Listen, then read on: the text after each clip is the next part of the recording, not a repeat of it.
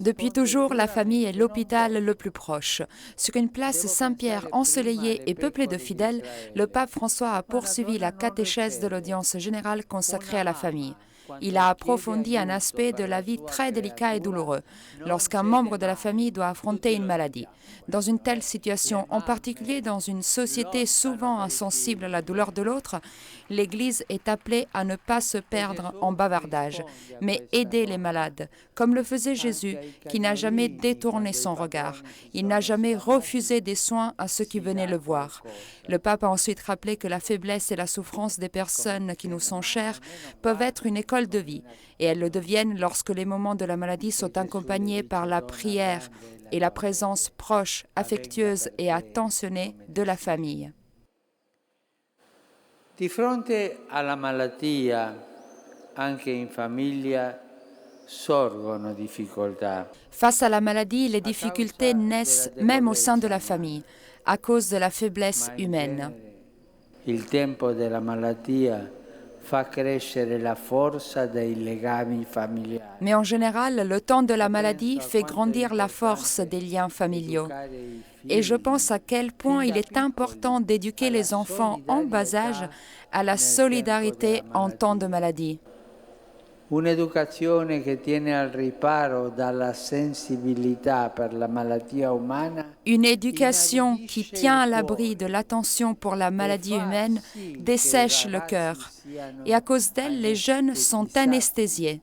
Verso la sofferenza altrui. Ils sont incapables de se confronter à la souffrance des autres et de vivre l'expérience de la limite. L'esperienza del limite.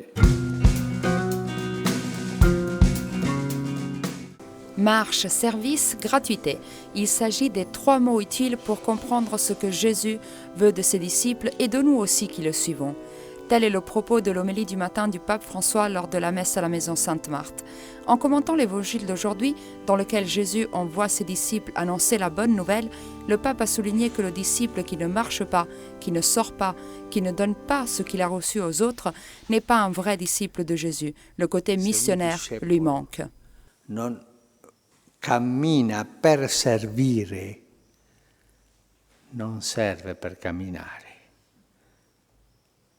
Se la sua vita non è per il servizio, non serve per vivere. Si un disciple ne marche pas pour servir, ça ne sert à rien de marcher. Si sa vie n'est pas pour le service, vivre comme un chrétien ne sert à rien. Mi confesso, vado a messa,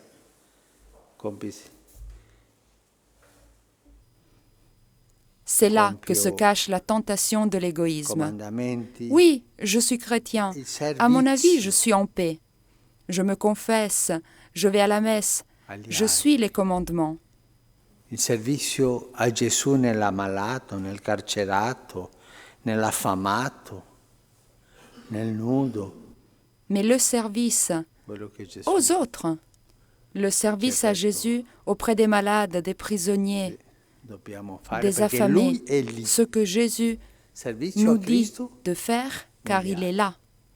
Le service au Christ dans les autres.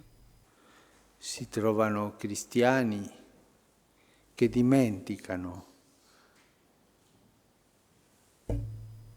C'est triste lorsqu'on trouve des chrétiens qui oublient cette parole de Jésus. Gratuitement vous avez reçu, gratuitement donné. Si trovano comunità cristiane, siano parrocchie, congregazioni religiose. C'est triste lorsqu'on trouve des communautés chrétiennes, qu'il s'agisse de paroisses, de congrégations religieuses ou de diocèses, qui oublient la gratuité, car sous et derrière ce principe se cache le piège de penser que le salut vient des richesses, du pouvoir humain. L'inganno.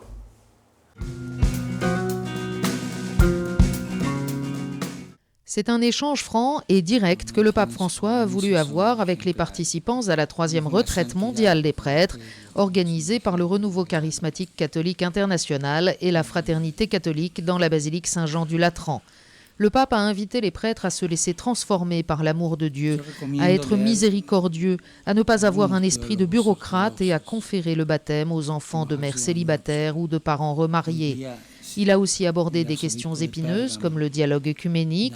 François a évoqué le scandale de la division des chrétiens, les fautes du passé lorsque l'on s'est entretué au nom de Dieu et la tension entre Rome, Constantinople et Moscou. Il a exprimé son ouverture pour étudier une date fixe pour Pâques, afin que cette fête puisse être célébrée en même temps par les fidèles catholiques et orthodoxes. François a également confié avoir invité le patriarche Bartholoméos à Rome pour lui présenter son encyclique sur l'écologie. Enfin, il a confirmé devant les prêtres présents son voyage en Centrafrique et en Ouganda en novembre prochain, avec une éventuelle étape au Kenya. Et il a aussi mentionné l'Asie comme l'une des plus grandes promesses de l'Église. Dans l'homélie de la messe qui a suivi, François a parlé de la tendresse de Dieu et fait mémoire des 23 martyrs coptes assassinés par le soi-disant État islamique et qui, jusqu'au dernier moment, ont senti la proximité du Père. C'est une marée bleue de quelques 80 000 scouts et guides catholiques italiens qui a envahi la place Saint-Pierre ce samedi pour une rencontre avec le pape François. Le Saint-Père leur a rappelé qu'ils sont une composante précieuse de l'Église et que la confiance des parents envers la méthode scout ne doit pas être déçue. Dirigeant ensuite son propos sur les questions de spiritualité et d'éducation à la foi, le pape a pris appui sur les paroles de Lord Baden-Powell pour souligner que l'ensemble du mouvement scout est fondé sur la relation avec Dieu. François a invité les scouts à être toujours en lien avec leur paroisse, à prendre part à la vie de l'Église, à ne pas se contenter d'être une présence décorative le dimanche ou lors des grands événements. Je suis certain que votre mouvement peut apporter à l'Église une nouvelle ferveur évangélisatrice et une nouvelle capacité de dialogue avec la société. Rappelez-vous la capacité de dialogue, bâtir des ponts, faire des ponts dans cette société où l'on a l'habitude d'ériger des murs. Vous construisez des ponts, s'il vous plaît. Par le dialogue, faites des ponts.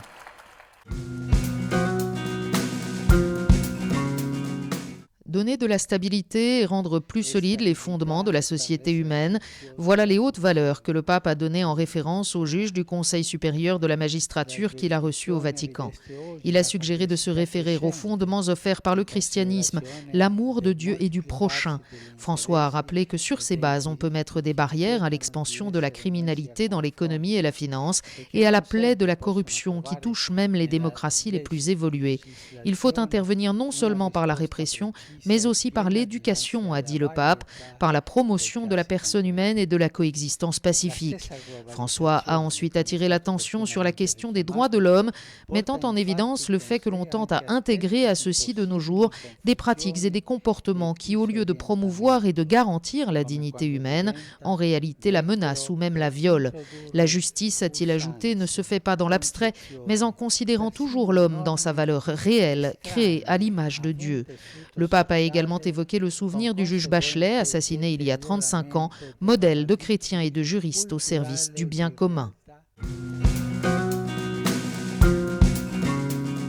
Le royaume de Dieu requiert notre collaboration, mais c'est avant tout une initiative et un don du Seigneur. C'est de cette façon que le pape François a voulu éclairer les deux paroles évangéliques sur le grain tombé en terre et la graine de moutarde. Dans le premier épisode, le grain, comme la parole de Dieu, grandit grâce à la fécondité qu'il porte en lui. C'est toujours Dieu, rappelle le pape, qui fait croître son royaume. L'homme est son humble collaborateur qui contemple l'action créatrice divine et s'en réjouit en attendant patiemment les fruits. Ainsi, ajoute le pape, il est important de se nourrir chaque jour de la parole de Dieu en lisant un extrait de l'Évangile ou de la Bible, car c'est sa parole qui fait germer la vie. Le second épisode évangélique évoque la minuscule graine de moutarde qui donne pourtant naissance à la plus grande des plantes du jardin. Et pour entrer dans le royaume de Dieu, il faut se faire petit, pauvre de cœur, ne pas se fier à ses propres capacités, mais laisser agir la force du Christ qui transforme ce qui est petit et modeste en une réalité qui porte du fruit pour la totalité du monde et de l'histoire. La victoire du Seigneur est certaine.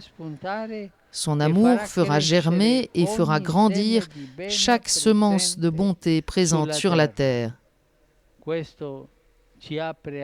Cela nous ouvre à la confiance et à l'espérance, malgré les drames, les injustices, les souffrances que nous rencontrons.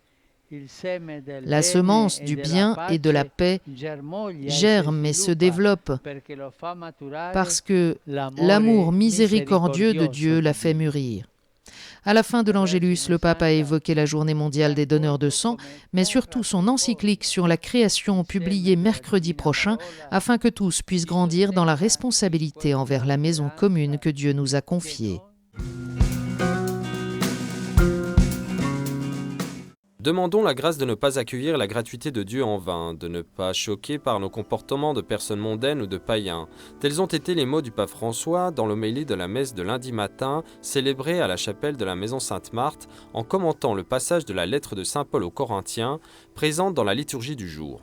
Selon le pape, il faut au contraire se libérer des passions et avoir un cœur humble et doux. Et lo scandalo del cristiano.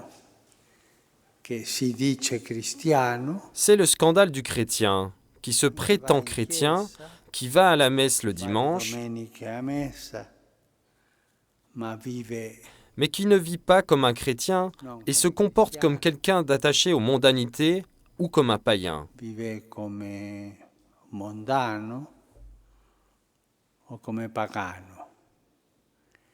Et quando una persona è così, et il est choquant qu'une personne se comporte comme cela. Très souvent, dans nos quartiers, dans les boutiques, on entend dire « Regarde-le, regarde-la ». Tous les dimanches, on les voit à la messe, mais ils font ça, ça. Et des gens sont choqués. C'est ce que saint Paul entend lorsqu'il dit ne pas accueillir en vain. Alors comment accueillir? Avant toute chose, il faut accueillir à un moment favorable, dit saint Paul. Nous devons être attentifs pour comprendre le temps de Dieu, quand Dieu passe par notre cœur.